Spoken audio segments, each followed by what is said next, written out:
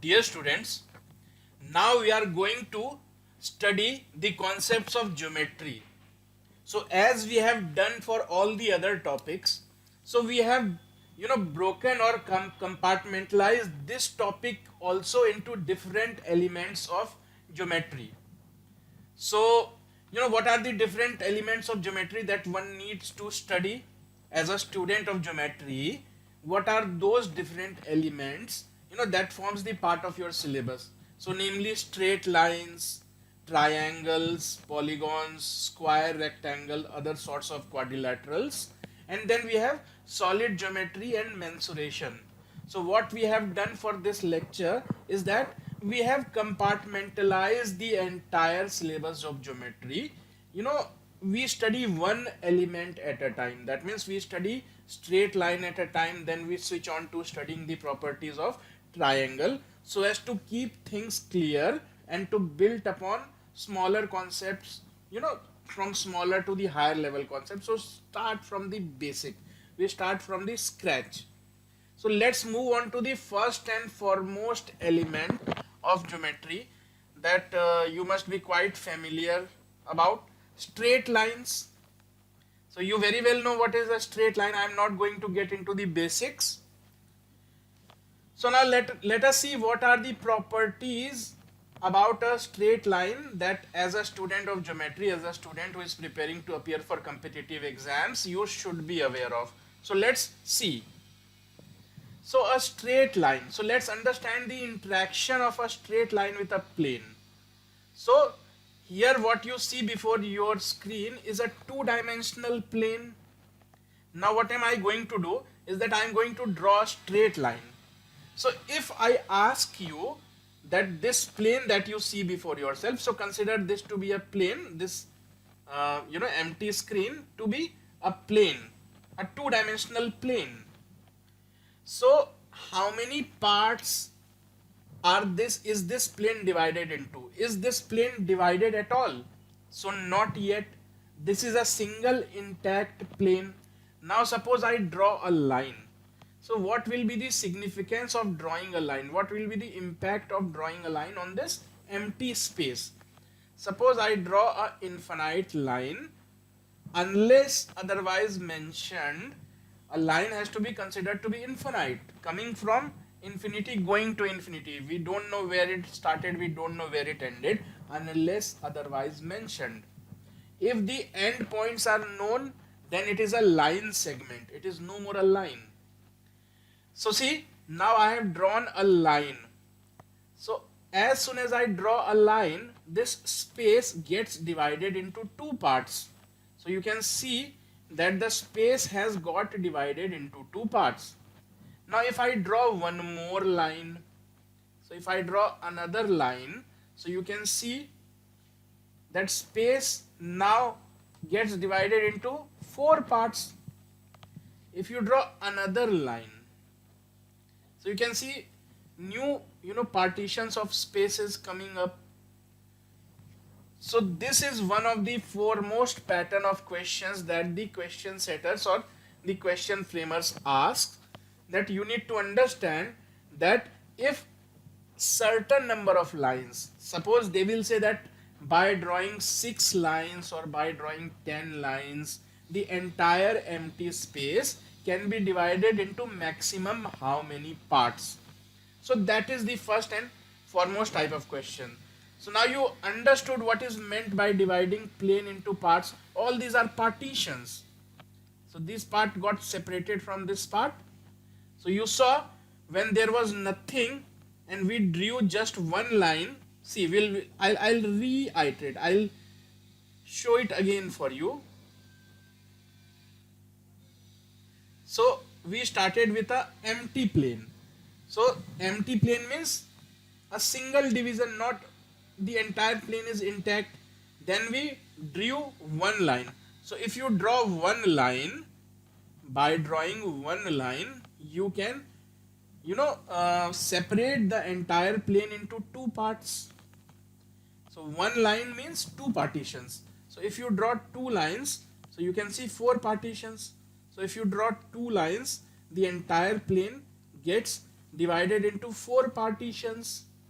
If you draw three straight lines, so 4 parts are already there, as you can see, 1 2 3 4, and these are, infinite lines.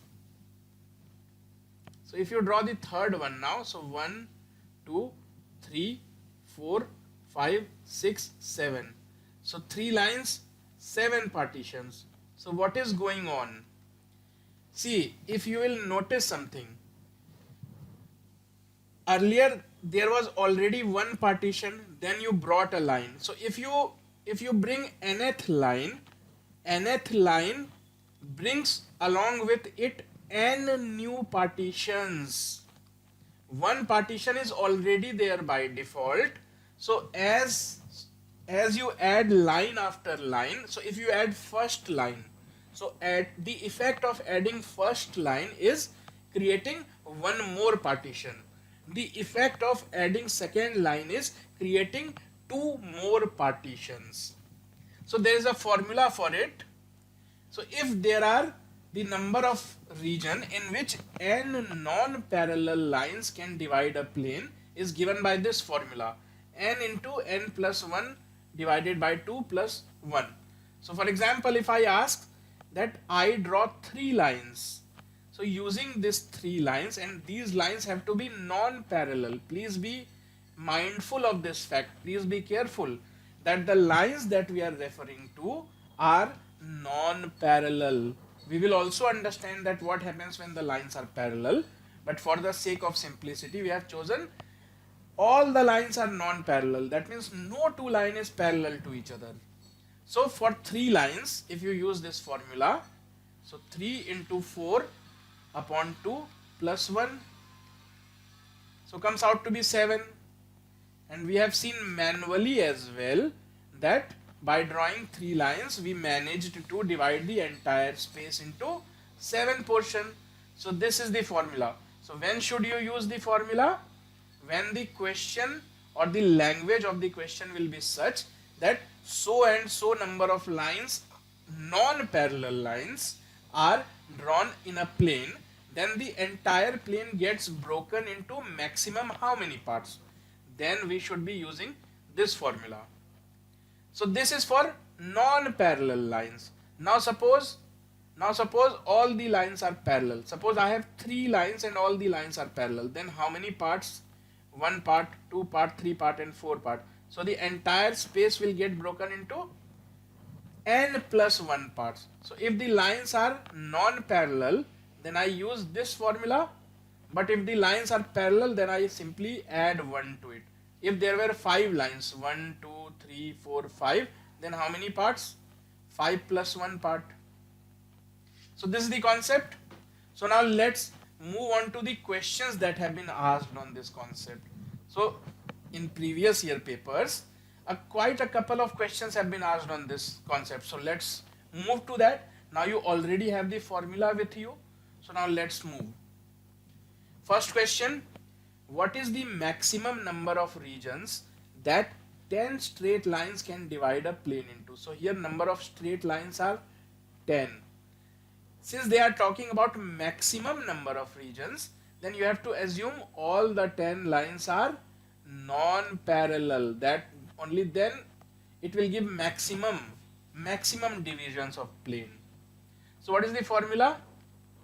N into n plus 1 upon 2, this whole plus 1.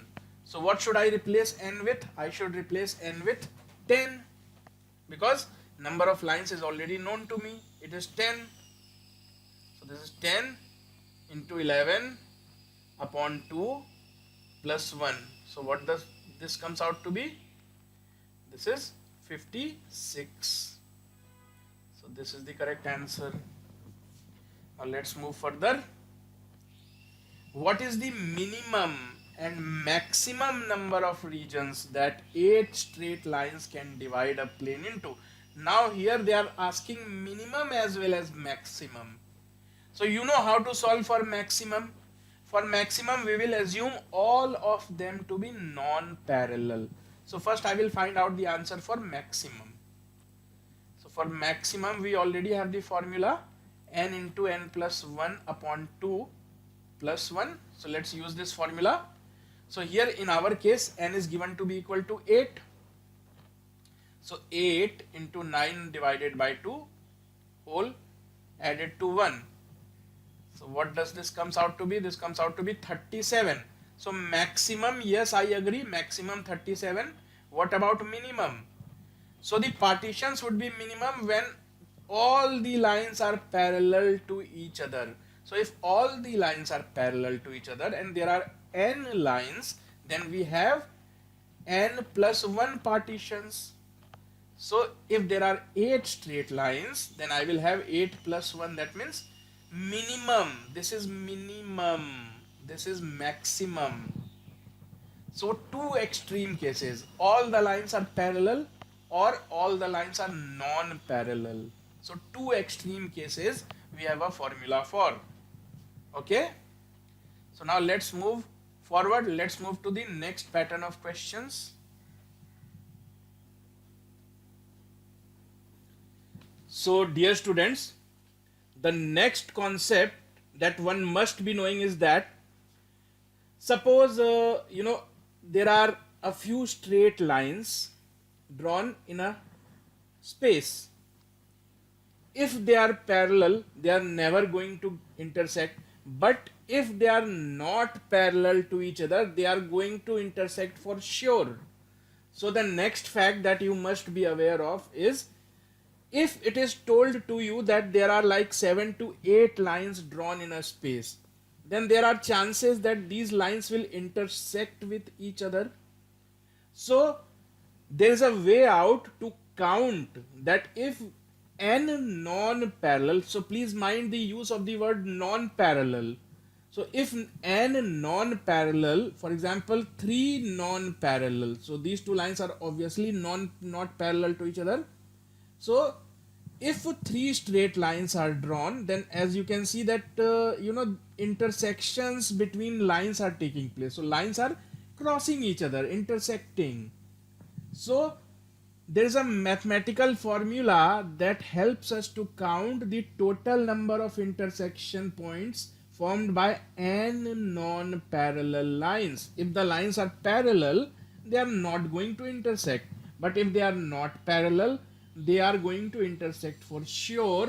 And if they are going to intersect, then we can actually count that at how many points of intersection are going to get formed. So what is the formula? So see, for one intersection, so what is meant by intersection? Intersection is crossing of two lines, and two lines can cross at only a single point. So you take any two lines, and if they are non-parallel, so if you pick any two lines, so any two lines are going to intersect at exactly one single point. So selection of two lines give rise to one intersection point. So how many lines are there? There are n lines. So out of these n lines, you select two lines at a time. So selecting would mean you are intersecting them. So intersecting them means you are having intersection points. So how many intersection points can be generated? N C2. So what is C? C is the formula for combination. N combinations, so 2 at a time. So out of n objects, combination of 2 at a time, NC2. And this is given by the formula n into n minus 1 upon 2. So you already have the formula for the previous pattern. Now you have the formula for this set of questions, which will help you to count the maximum number of intersection points. Okay, now, so let's move to see what kind of questions have previously been asked. So let's see that. So it is written here, there are 8 lines in a plane, no two of which are parallel. So this is a prerequisite. So it is a given condition so that you are able to use that formula. So now that condition has been given, fulfilled, that the 8 lines in a plane are such that no two of which are parallel. Very good. That means now I am in a position to use the formula. So what is the maximum number of points? So maximum number of points at which they are going to intersect. So it is given by the formula n into n minus 1 upon 2. So here n is equal to 8 because there are 8 lines.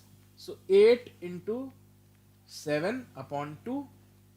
So comes out to be 28. So they are going to intersect at maximum 28 points. Why they are talking in terms of maximum and minimum? Because it may be that out of these 8 lines, you know, so that's why it is already told that which are not parallel. So here they should have not asked, they should have not technically, even if they shouldn't have used the word maximum, it would have been fine. Now the next one, there are 5 lines in a plane, no 2 of which are parallel. So as soon as you see this, you just understand that you have to simply use the formula. You don't have to, exercise your brain cells anymore. As soon as this condition is given that no 2 of which are parallel, that means you already have a ready-made formula. So the maximum number of points in which they can intersect. So NC2, here n is equal to 5. So 5C2 is equal to 5 into 4 by 2.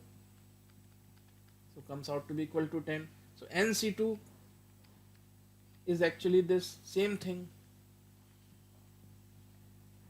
Now let's move to the next one. Okay. If a transversal intersects 4 parallel lines, then the number of distinct values of the angles formed will be. So 4 parallel lines, so 1, 2, 3 and 4. So for the time being, assume that these are the 4 parallel lines. A transversal means a line which crosses or cuts through other lines. So here is that transversal. So you can see angles getting formed, but there is a problem. The question wants us to calculate the number of distinct values of angles. They don't want us to calculate the number of angles, but they are asking that how many different measurement of angles are there. So if this is x, then this is y. So please mind you that all these 4 lines are parallel. So using the property of parallel lines and transversal, so this angle will be the same as this one, will be the same as this one, will be the same as this one. Similarly, this will be the same as y, this will be the same as y, this will be the same as y. So you can see very clearly, and these angles are vertically opposite. So you can see very clearly that only 2 types of angles are formed, either of measurement x degrees or measurement y degrees. All these angles that are formed can be expressed by using only 2 variables, either x or y. So only 2 type of angles get formed here. So answer would be 2.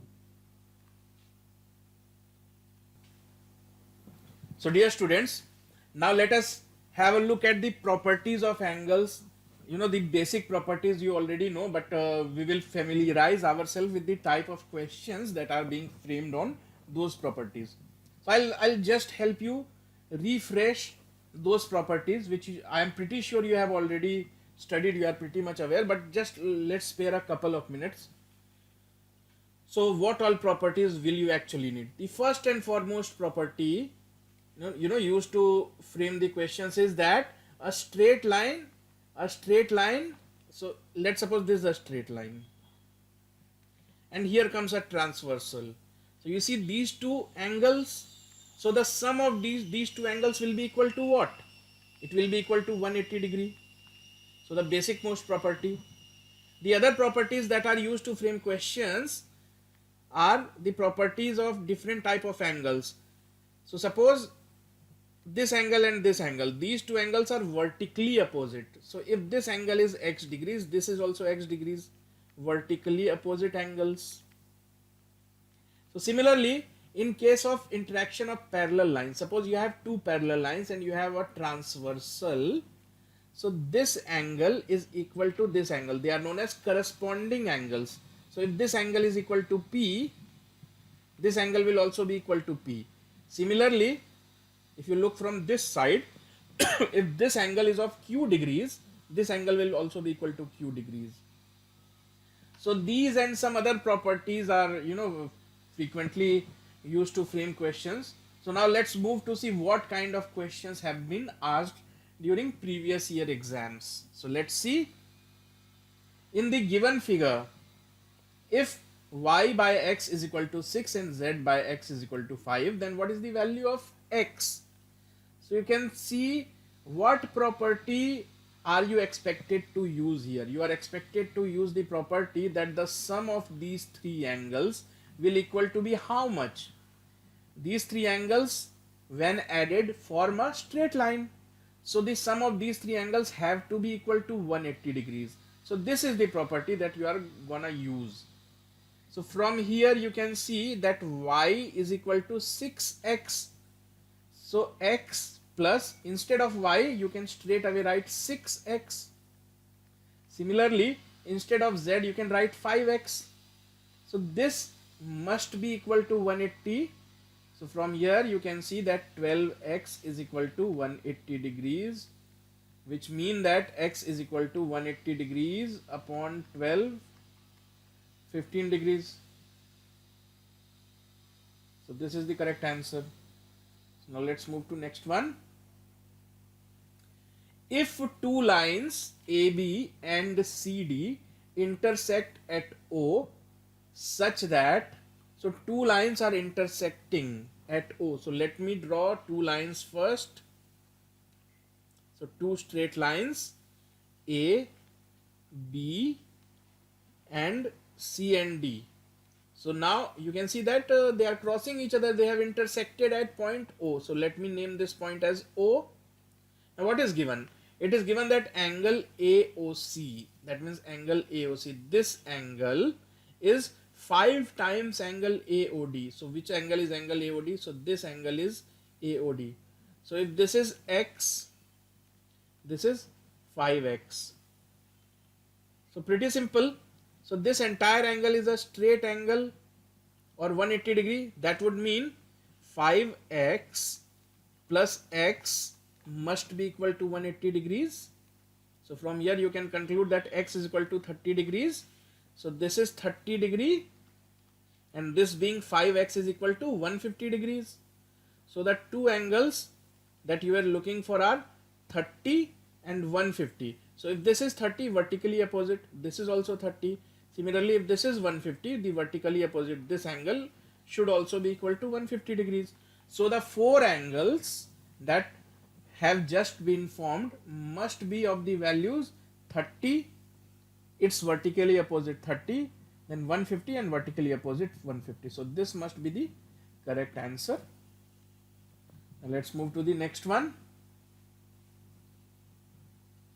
So please read this question very carefully. It appears to be very simple, but it has a huge trap associated with it. So please read this question carefully, think carefully and then answer. Then we will try to solve it together.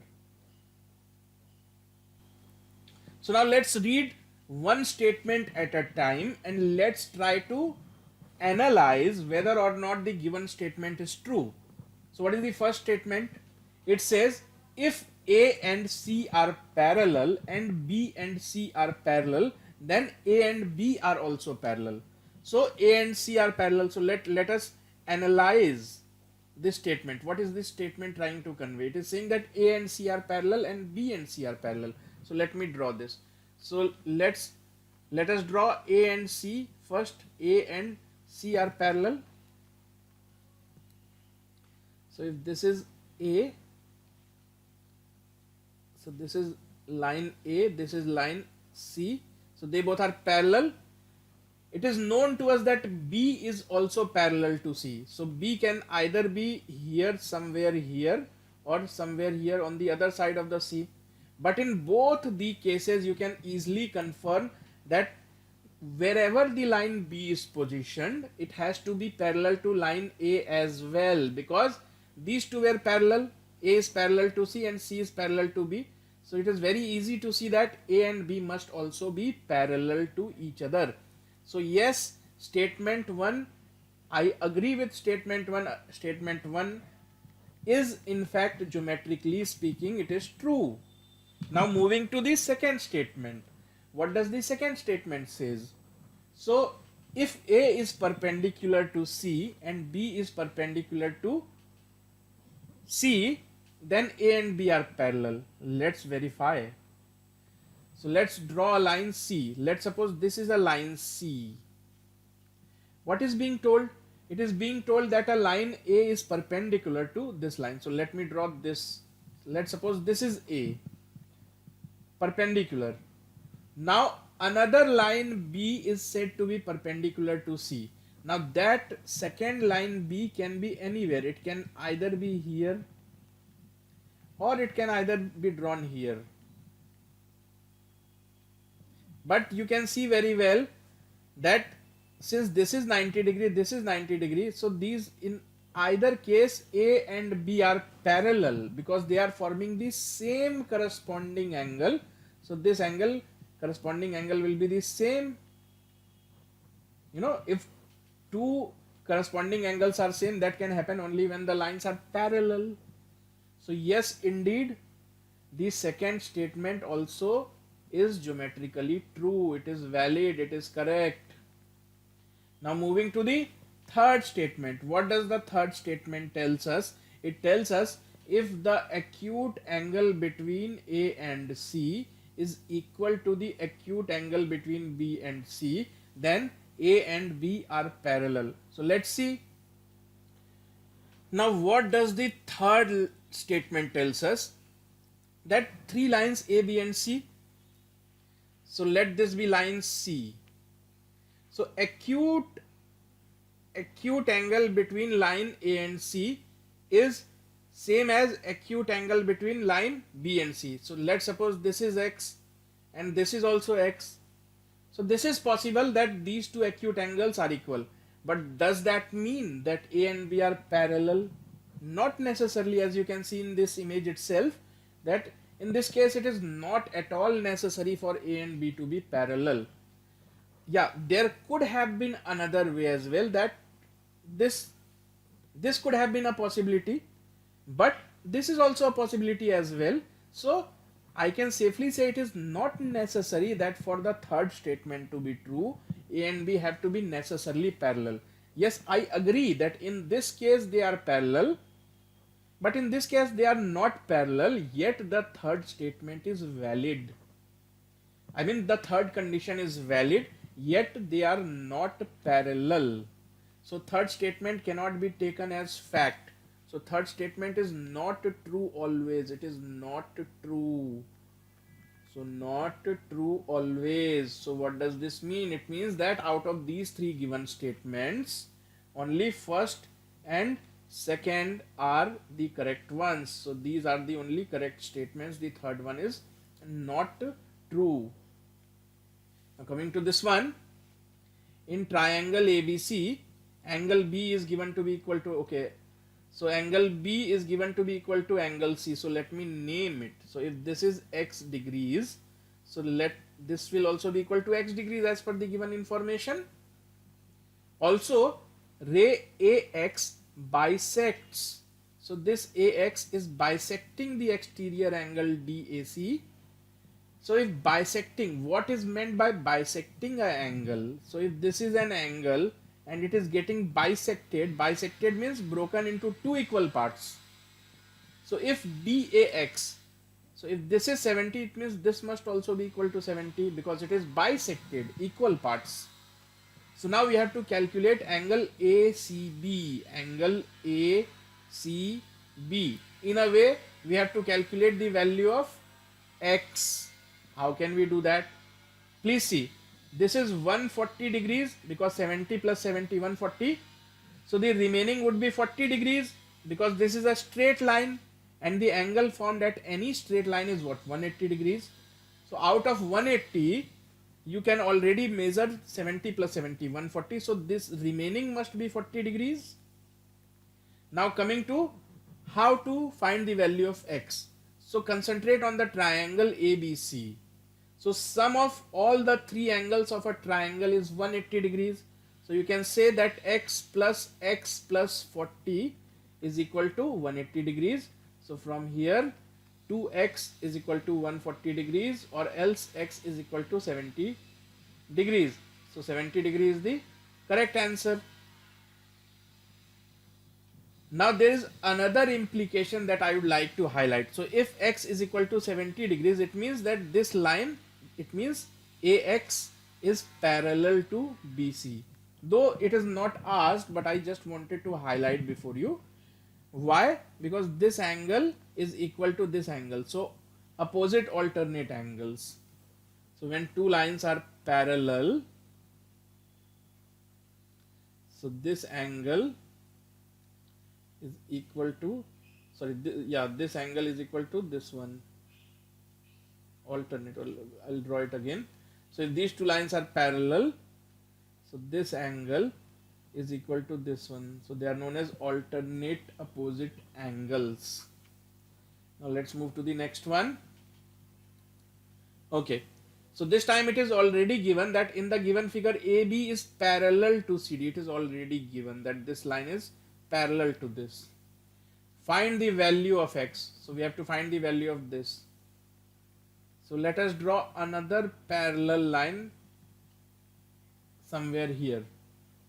So now if you look at the diagram carefully, so if this is 135 degree, so now how does the diagram looks like? After we have drawn the third parallel line, so this is 135 degrees. So sum of these two angles is what? 180 degrees. Sum of these two angles, let me name this A. So 135 degrees plus A should be equal to 180, because in case of parallel lines, sum of these two angles, interior opposite angles, is equal to 180 degrees. So 135 plus A must be equal to 180 degrees. Similarly, if this is 145 degrees and this is B, so 145 degrees plus B must also be equal to 180 degrees. So from here you can find the value of A and B. Let's do that. So from here A comes out to be 45 degrees, and from this you can see that B comes out to be equal to 35 degrees. So now what is x? X is equal to A plus B. Now let's substitute or put these values back. So 45 degrees plus 35 degrees. So comes out to be equal to a total of 80 degrees. So the value of angle x is 80 degrees. Let's move to the next one.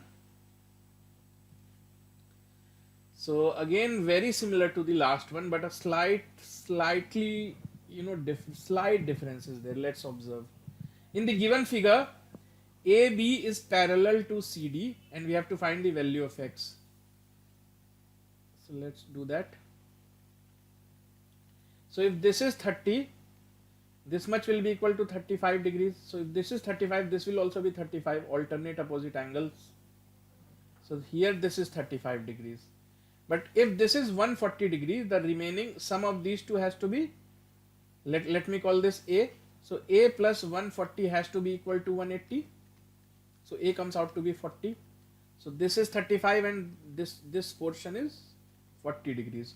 So the total sum is 40 plus 35 equal to 75 degrees.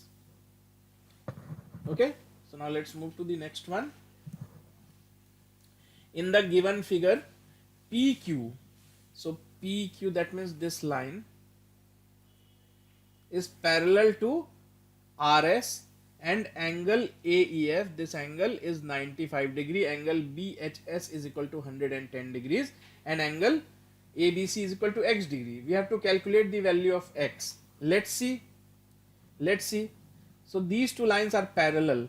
So if this is 110, so if this is 110, this will also be equal to 110. So I'm redrawing. So what is already known to us, let's enlarge this diagram, then it will become very clear. So let me enlarge this.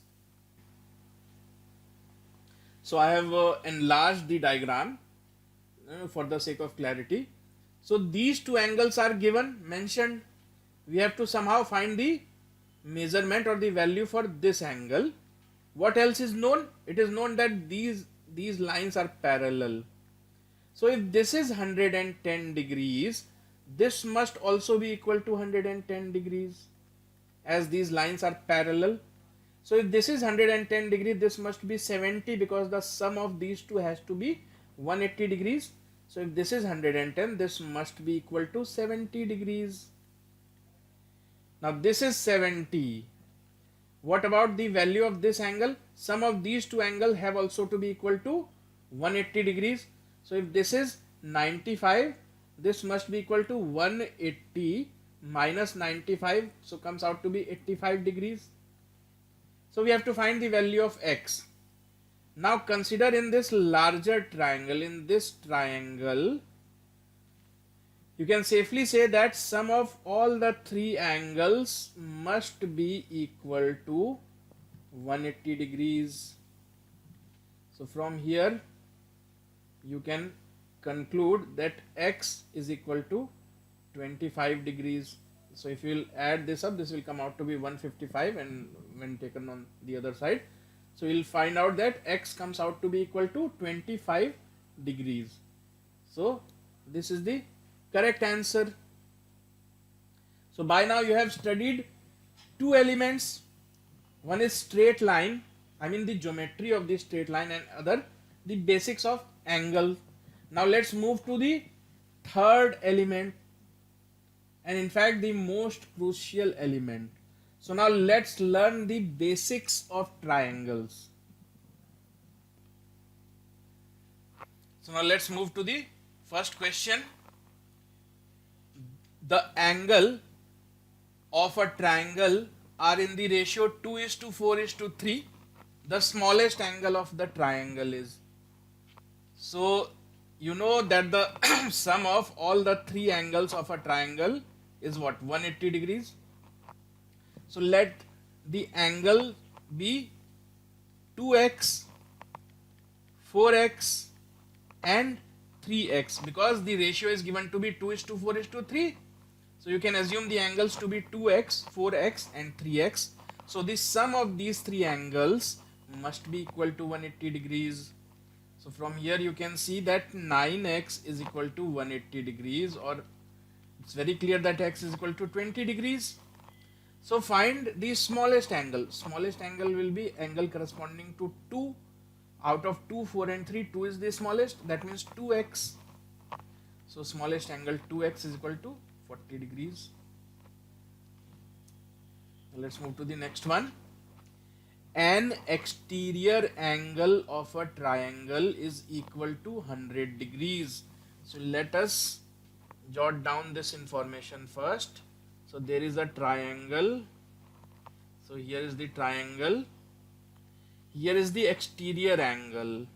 So this is said to be equal to 100 degrees, and two interior opposite angles. So what are the interior opposite angles to this one?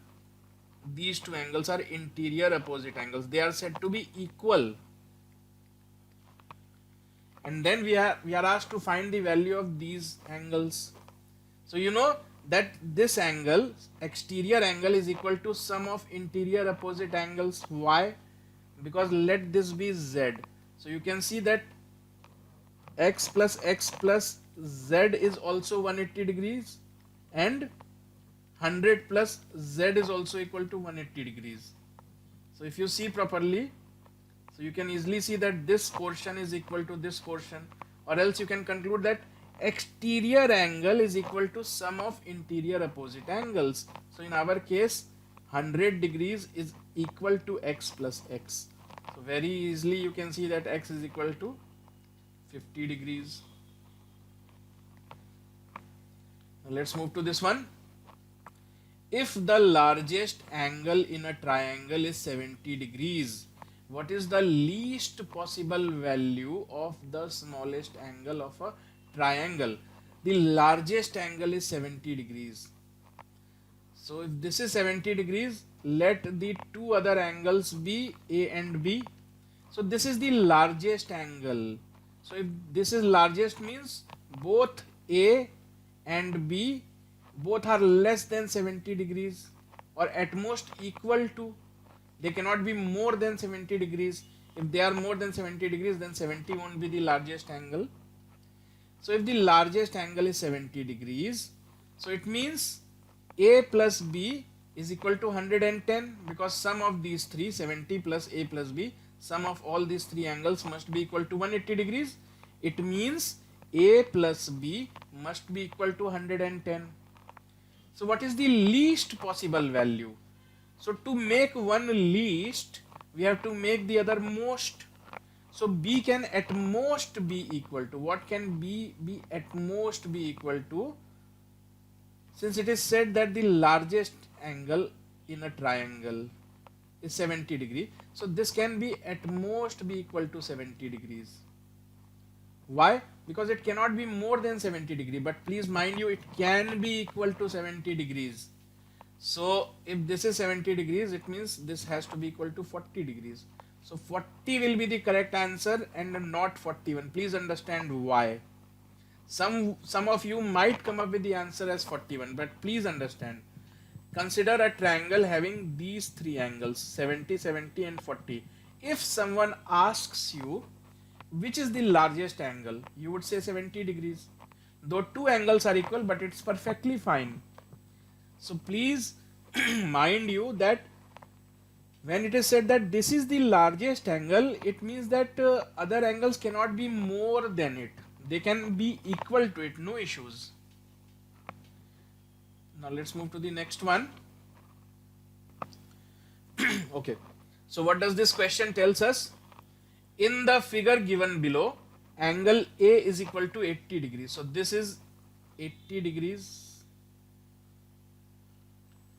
Angle ABC, that means angle ABC. So this entire angle is 60 degrees.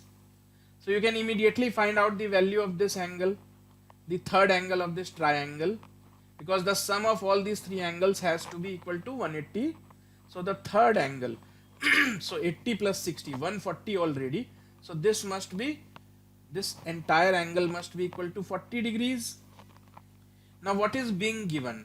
It is being given that BD and CD bisect the angles. So BD, so this is bisecting. So this entire angle is 60 degree, and if it is getting bisected, then these angles must be 30 degree each. Similarly, this entire angle is 40 degrees and it is getting bisected. So if it is getting bisected, 40 will get bisected in 20 and 20. So X, so we have to find the value of X and Y. So X, very evidently it is equal to 20 degrees. Now what about Y? So concentrate on this triangle. So in this triangle I can say that 30 degrees, triangle BDC, in triangle BDC, this triangle B, D and C, this one, you add all the three angles. So I can say 30 degrees plus Y degrees plus 20 degrees must be equal to 180 degrees. So Y is equal to 130 degrees. X you have already found out to be equal to 20 and Y comes out to be equal to 130. So this is the correct answer. Now let's move further. In the figure AD, so AD is equal to CD. So AD is equal to CD, that means this part is equal to this part. So what are its implications? So if two sides are equal, then the angles opposite to them are also equal. So if this is X, this must also be equal to X. Now AD is equal to CD has been resolved. Now what about CD is equal to BC? Now CD is equal to BC. So if this is Y, this must also be equal to Y. Okay, and you can see that Y is the exterior angle of triangle ACD. So in triangle ACD, you can see that y must be equal to x plus x, or else y is equal to 2x. So you can replace y with 2x. So this is, now I replace y with 2x. So this is 2x. This is equal to 2x. So what will this be equal to?